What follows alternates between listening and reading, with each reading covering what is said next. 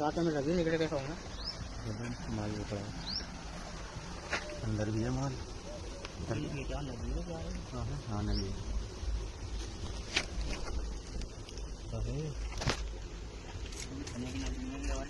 ये हड्डी है। हाँ तो काम करता होगा बेचारा, काम पे जाता होगा तो होगा सुबह सुबह हुआ है।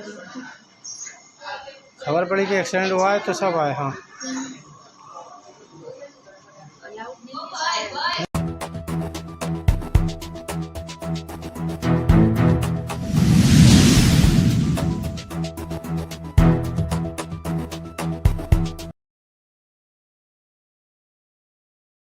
मुकीम भाई, अच्छा क्या है ये मामला जो पीछे गाड़ी चली? आपको क्या लगता है, आपके भाई की डेड बॉडी अंदर या क्या है? मेरे भाई की डेड बॉडी अंदर।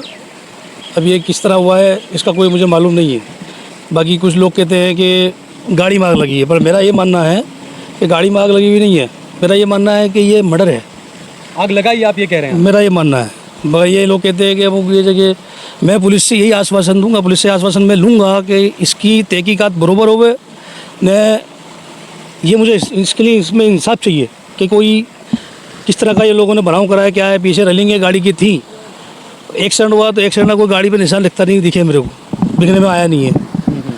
बस इतना ही कहना चाहूँगा, मुझे इंसाफ चाहिए इसमें। आपको क्या लगता है, कुछ धमकी भी कुछ मिल रही थी, कुछ ऐसा कुछ मामला था? धमकी वगैरह मैं तो कोई कुछ जानता नहीं इसमें, नहीं मैं धंधा करता, मुझे इस चीज़ से मालूम नहीं है। बाकी बहरहाल ये लग रहा है मेरे को ये कोई जल के मरा नहीं है, ये कोई चोरी अलग है। हाँ जो भी है आप साफ बताएं। गौरक्षक है इसमें, जो भी है बहरहाल पीछे गाड़ी लगी है, इसके रनिंग हुआ है इसका। ऐसे तो कोई जाके गड्ढे में मर नहीं जाएगा कि आग लगा लेगा अपने ऊपर कि मैं आग लगा के मर रहा हूँ। किसी ने पीछे रनिंग हुई है इसके पीछे। बहरहाल जो भी है, मैं नाम ऐसे किसी का लूँगा नहीं। रास्ते से आता जाता था या क्या है? नहीं, यहाँ तो पहली बार आया था, ऐसी खबर नहीं। मैंने खुद पहली बार आया यहाँ पे, मुझे खुद मालूम नहीं ना इस चीज़ से मुझे कोई इन्वॉल्व है, मैं ना इन्वॉल्व हूँ इस चीज़ में, मुझे खुद पता नहीं है चीज़ का। ये लोगों ने क्या किस तरह कराया, किस तरह काम करते थे। क्या नाम है आपके भाई का? भूरा हबीबुल कुरैशी। उम्र 32 साल। अभी शादी हुई है? अभी शादी हुई है, बच्चा कोई नहीं है। पूरा नाम क्या था, रियल नाम? भूरा हबीबुल कुरैशी। कहाँ के रहने वाले? ये रहने वाले दिल्ली के हैं हम लोग। बाकी मैं 25 साल से रहता हूँ, 30 साल से। कहाँ पर? मिर्ज़ापुर। तो ये भी आपके साथ ही मिर्ज़ापुर में रहते हैं? ना मेरे साथ। एडवोकेट नोमान घांची मेरे साथ मौजूद हैं। वकील साहब, जिस तरीके से ये जो घटना बताई जा रही है, जैसे आप ही ने बताया कि पुलिस ने कहा कि कोई एक्सीडेंट का मामला है, जो भाई है इनका कहना है कि नहीं मेरे भाई को गोरक्षकों ने हो सकता है उसकी हत्या की है। आप क्या कहेंगे इस मामले? इस मैटर के अंदर ये घटना क्या है थोड़ा बताइए। इसमें ये हुआ है कि 11:30-12 बजे के आसपास मेरे को इनका फ़ोन आया कि सर एक मेरे भाई को कोई ने जला के मार दिया है, तो आप तो फ़ौरन कोर्ट से काम छोड़ के मेरे लिए इधर स्पॉट पे आओ। तो मैंने उसी टाइम पे मैंने इनको कहा कि मैं कलोल कोर्ट में ही था, तो इनको कहा कि मैं 20-25 मिनट में इधर आ रहा हूँ, वहाँ तक आप कंट्रोल में मैसेज कर दो।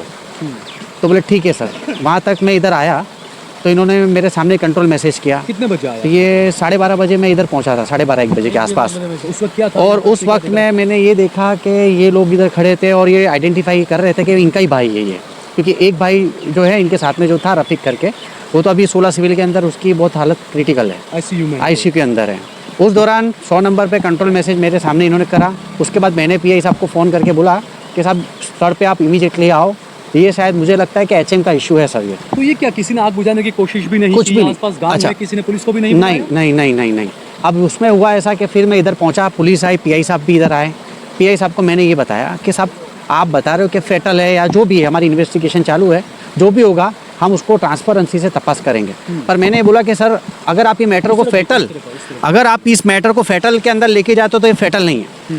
फेटल होता तो ये बंदा, उसमें से एक बंदे, जो 2 बंदे थे गाड़ी के अंदर, वो दोनों 2 बंदे अगर जल के मर गए होते हैं। एक बंदा ऑलरेडी कुछ 100 मीटर के दूरी पे वो गिरा है, यानी वो उसको निकाला कैसे, किसने निकाला? और यहाँ के जो बंदों ने एक को फ़ोन करके, जो 108 को फ़ोन करके बुलाया है सुबह 7:30 बजे, और वो बंदे को भी मैंने वहाँ पे फ़ोन किया, जो बंदा अभी सीरियस है 16 सिविल के अंदर, उसके घर वालों को भी मैंने फ़ोन किया। तो उनका कहना ऐसा है कि साहब इधर इनको 16 सिविल में सुबह 6:30 बजे लेके आए हैं, और जो बंदा इधर जल रहा था तो उधर भी यहाँ के लोगों ने कोई 100 नंबर पे फ़ोन नहीं किया, 108 को फ़ोन किया। और गाड़ी जल रही है, पानी वानी कुछ भी नहीं डाला, बस इन्होंने ये देखा है कि गाड़ी जल रही है और एक आदमी वहाँ पर गिरा हुआ है, तो 108 लेके गई, तो 108 ने इनका भी कोई निवेदन नहीं लिया।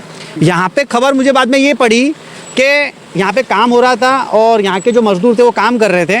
सुबह 4:30-5 बजे गाड़ी आती है और वो गाड़ी को कौन आके फेंक के चले जा रहा है, कौन आग लगा के चले जा रहा है या एक्सीडेंट हुआ है, वो यहाँ के लोगों को कुछ भी मालूम नहीं है। बस इतना है कि गाड़ी को आग लगी, ब्लास्ट हुआ या जो भी हुआ या आग लगाई इस जगह पे, तो उन्होंने दूर से थोड़ी देर तक देखा। उसके बाद वो आए तो एक लड़का जो बहुत सीरियस हालत में था उसको तुरंत वो लोगों ने 108 में फ़ोन करके 108 उनको ले गई। तो उसकी बॉडी पर कोई मार के चोट के निशान? हाँ हाँ, ये बात मैंने वहाँ पे अभी उनके घर वालों से पूछपरछ की तो उन्होंने ये बताया है कि उसको भी मार के निशान है और अभी उसकी हालत बहुत क्रिटिकल है। बात कर रहे उसको अभी तक होश नहीं आया है और मुझे यहाँ तक लगता है कि ये मैटर जो है वो फैटल नहीं है, इसको कायदेसर इसका मर्डर हुआ है। कि आपने पहले भी ऐसे कई गौरक्षकों के मामले देखे हैं, हाँ, आपने कोर्ट के अंदर उन मामलों को उठाया भी है। हाँ। ये कहा गया कि धमकी देते हैं, पैसा दो हमें, हफ्ता बांधो हमें, महाना हमारा बांधो, इसको भी कुछ धमकी अभी ऐसा या क्या? इनके जो रिश्तेदार हैं उनके रिश्तेदारों के एक लड़के का आज से 5 दिन मेरे ऊपर फ़ोन आया था और उसने कुछ नाम भी दिए थे गौरक्षक वालों के मेरे ऊपर कि साहब ये 2-5 जने जो है मेरे को 25,000 रुपये मेरे से मांग रहे हैं और ऐसा बोल रहे हैं कि मटन मार्केट में हम तेरे से 25,000 रुपये लेने आ रहे हैं। अगर 25,000 रुपये तू नहीं देगा तो कल तेरी गाड़ी के साथ में क्या होगा वो मैं तेरे को बता दूंगा। ये धमकी दी थी और उसकी रिकॉर्डिंग भी मेरे पास में है। जो लड़के ने मुझे फ़ोन किया था कि सर वो मुझे ऐसी धमकी दे रहे हैं और उसका गौरक्षक वाले का नाम भी दिया था, पर अभी मैं मीडिया के माध्यम से उसको अभी डिक्लेयर नहीं करना चाह रहा हूँ। पहले इसकी पूरी तपास हो और जो लोगों के ऊपर हमको डाउट है, मैंने अभी PI साहब आए थे स्थल पे, स्पॉट पे उन्होंने जो विज़िट की है तो मैंने उनको बोला है कि साहब मैं 5-6 जनों को जो जानता हूँ और वो लोग इधर धंधा कर रहे हैं, ऐसी तो बहुत बड़ी टीम है इन लोगों की और इनका पर्पस यही है।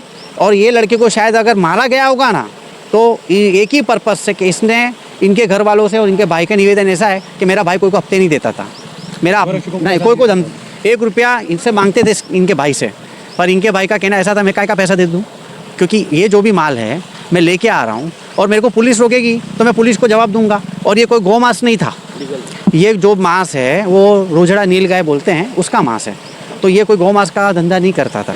तो जहाँ तक मैं मानता हूँ वहाँ तक ये चीज़ ऐसी है कि कदाच ये मैटर के अंदर आगे इन दिस फ्यूचर के अंदर ऐसा हो सकता है कि ये 302 का मर्डर केस ना हो, ये फैटल नहीं है। यस, मैं अभी स्ट्रिक्टली अभी मैंने तो पुलिस ने क्या कहा, एक्सीडेंट बता रही है पुलिस से, क्या है साहब का कहना ऐसा है कि ये बनाव शायद मैं बोलता हूँ कि फैटल है, पर मैं और उसमें बोले हमारे FSL अधिकारी जब आ रहे हैं वो FSL करेंगे और उनका संज्ञा बताइए, क्योंकि ये पुलिस का मामला, वकील का मामला, दर्शक क्या समझे फैटल? अभी मैं ये एक्सीडेंट बता रहे हैं, पर एक्सीडेंट जो है मैं एक्सीडेंट नहीं बोलना चाह रहा हूँ। जो इससे गाड़ी इधर आई है या गाड़ी गिरी है, जो डायरेक्शन अगर हम देखें हैं कि जो रास्ता बता रहे हैं और जो रास्ते से गाड़ी आ रही है, पीछे जो रास्ता है वो रास्ते से गाड़ी आई है, तो गाड़ी का जो लोकेशन, गाड़ी जो लोकेशन से गिरी है तो बेहतर है कि वो गाड़ी ये ऐसे लोकेशन से गिरनी नहीं चाहिए थी। और गाड़ी की रफ्तार अगर मैं बोलता हूँ कि 60 या 80 के ऊपर है तो 80 के ऊपर गाड़ी की स्पीड होती है, तो गाड़ी तकरीबन यहाँ से 200-300 मीटर दूरी के ऊपर जाके ना उसका एक्सीडेंट होना चाहिए और आगे कुछ भी नहीं है। बाकी मुझे ऐसा लगता है कि पीछे जो लोगों ने इसका पीछा किया है और उसने, मैंने 15 किलोमीटर का भी पुलिस को कहा है, अभी इन्वेस्टिगेशन चालू है। मैंने कहा है कि 15 किलोमीटर के भी आसपास साहब इनका लड़के का जो फ़ोन था जब तक चालू था, किस से बात हुई है, किसने बंद हुआ इसका फ़ोन 3:30 बजे रात में 3:30-4 बजे इसका फ़ोन बंद हो गया है। और ऐसा नहीं है कि इनके घर वालों ने उसको फ़ोन नहीं कराया, रात को 3:30 बजे इनके ब्रदर ने और इन लोगों को संपर्क करा। जब फ़ोन बंद आया तो उनको डाउट लगा कि मेरा भाई कहीं पकड़ा तो नहीं गया है। 1 मिनट हम पीछे थोड़ा दिखाएंगे कि देखिए पूरी डेड बॉडी वगैरह, एक मिनट में माइक ले लो, देख सकते हैं ये।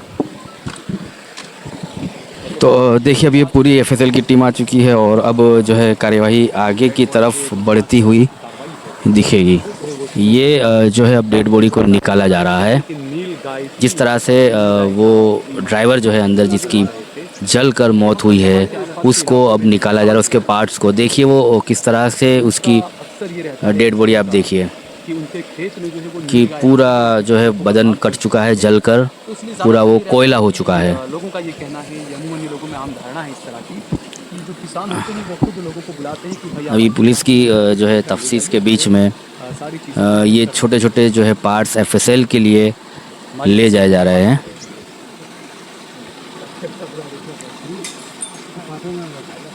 और पूरी डेड बॉडी को एक ही थैले में समेट लिया गया है। तकरीबन 28 साल का ये लड़का था उसका भाई अभी यहाँ पर मौजूद है, जिनसे हमारी बात हुई, एडवोकेट से बात हुई, और फिलहाल इस डेड बॉडी को अभी ले जाया जा रहा है।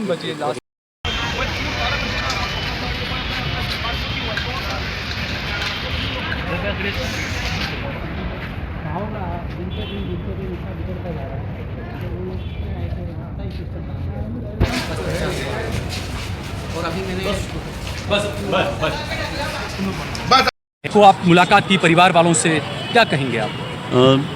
मैं और गयासुद्दीन शेख साहब हम गांधीनगर थे।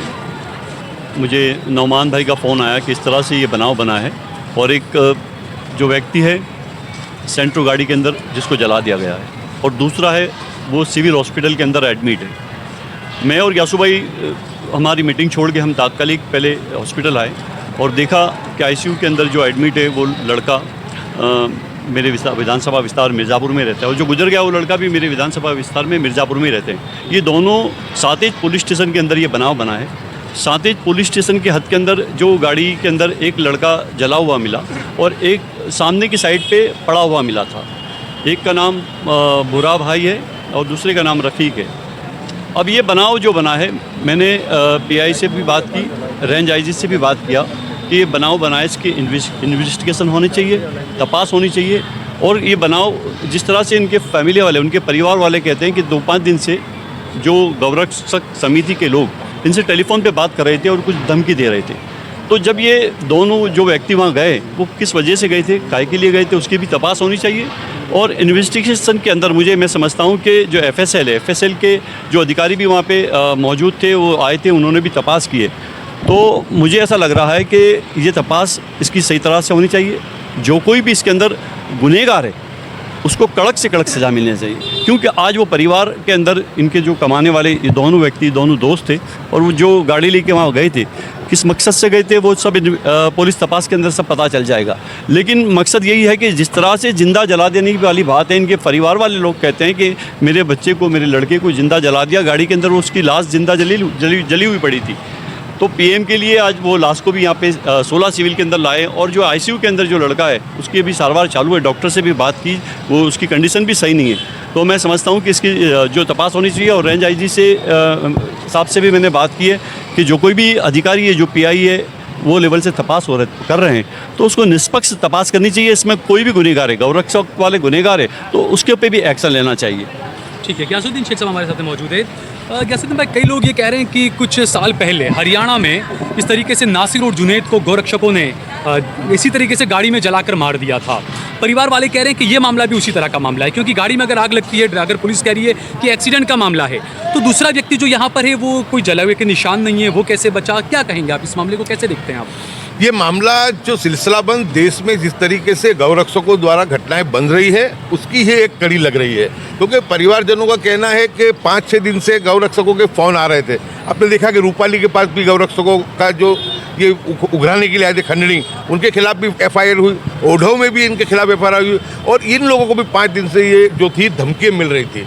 और ये घटना मैं मानता हूँ कि बहुत ही निंदनीय है, निंदा के पात्र है, और जंगल राज की ये पहचान है कि जिस ढंग से और जिस तरीके से इसका परिवार आक्षेप कर रहा है, और जिस तरीके से गाड़ी देखने के बाद, पेशेंट की इंजरी देखने के बाद, जले हुए जो व्यक्ति को देखने के बाद साफ पता चल रहा है कि इसके अंदर ये जो घटना है, ये जला देने की घटना बनी हो, ऐसी पूरी शक्यता है।